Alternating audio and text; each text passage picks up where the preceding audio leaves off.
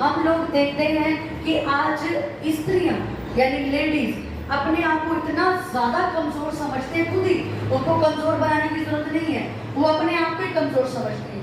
Ladies के अंदर एक प्रॉब्लम होती है कि वो अपने आप को खुद ही बोलती है मैं बहुत वीक हूँ, ये भारी सामान रखा, मैं भारी सामान उठा नहीं सकती क्योंकि मैं बहुत वीक हूँ। अगर मैंने भारी सामान उठा ली तो मेरे पेट में कोई ना कोई प्रॉब्लम हो जाएगी। अब मैं इतनी कमजोर हूँ, मैं रात को जा नहीं सकती, मैं इतनी कमजोर हूँ, जब तक कोई मुझे पैसे नहीं देगा तो मैं खा नहीं सकती। हालेलुया। ये लेडीज के अंदर एक प्रॉब्लम है कि वो अपने आप को अपनी ही विचारों से अपने आप को कमजोर समझती है। मैं कुछ नहीं कर सकती क्योंकि मैं एक स्त्री हूँ, मेरे को हमेशा ऐसे चलना पड़ेगा, वैसे चलना पड़ेगा, मैं ये नहीं कर सकती, मैं यहाँ मैं आपको ये नहीं कह रही कि आप बदतमीज बन के अपने घर वालों की आज्ञा ना मानो। मैं आपको ये कह रही हूँ कि आज जो स्त्रियाँ, आज किसी भी लड़की से आप मिलो, किसी भी स्त्री से मिलो, आपके घर में कितनी भी औरतें या उनसे मिलो, आप उनकी भाषा के अंदर एक डर देखोगे, आप उनकी जुबान के अंदर ऑटोमेटिकली डर देखोगे, नहीं मैं नहीं कर सकती। उनकी जुबान में ऑलवेज ये वर्ड आता है कि आई कैन डू, मैं कर ही नहीं सकती, आई कांट डू एनीथिंग, मैं कुछ भी नहीं कर सकती।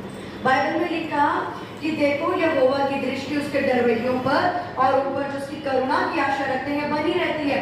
बाइबल में हम रूथ के बारे में पढ़ते हैं, लेडीज बोलती हैं भाई मैं ससुराल में रहती हूँ सिस्टर, मैं कैसे अपने वहां पे लोगों को बचाऊं, मैं तो ससुराल में रहती हूँ, मेरी शादी हो गई है, अभी मैं किसी के घर की बहू हूँ, परमेश्वर मैं क्या कर सकती हूँ। क्या एस्तर किसी के घर की बहू नहीं थी? हाँ या ना?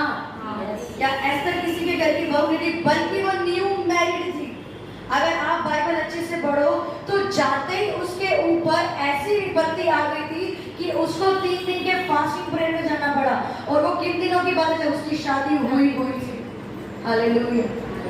न्यूली मैरिड यानी नया विवाह रूथ उसका एस्तर का अपने हस्बैंड राजा शर्रे के साथ हुआ है, और उसके ऊपर एक विपत्ति आ जाती है कि मौद्रे के आगे उसको बोलता है अगर तेरे हस्बैंड ने ये फरमान जारी कर दिया तो सारी यहूदी कौम मारी जाएगी, तो बचा सकता तो कौन? तू बचा सकती। हालेलुया।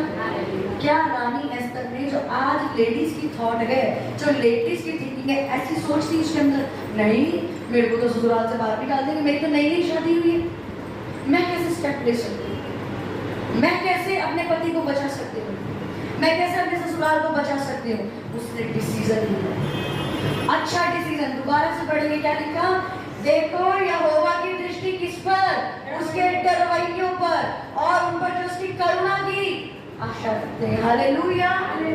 यानी कि जो लोग, जो स्त्रियां, जो बहनें, जो बहुएं, जो बेटियां यहोवा पर विश्वास रखती हैं, यहोवा उनका साथ देता है।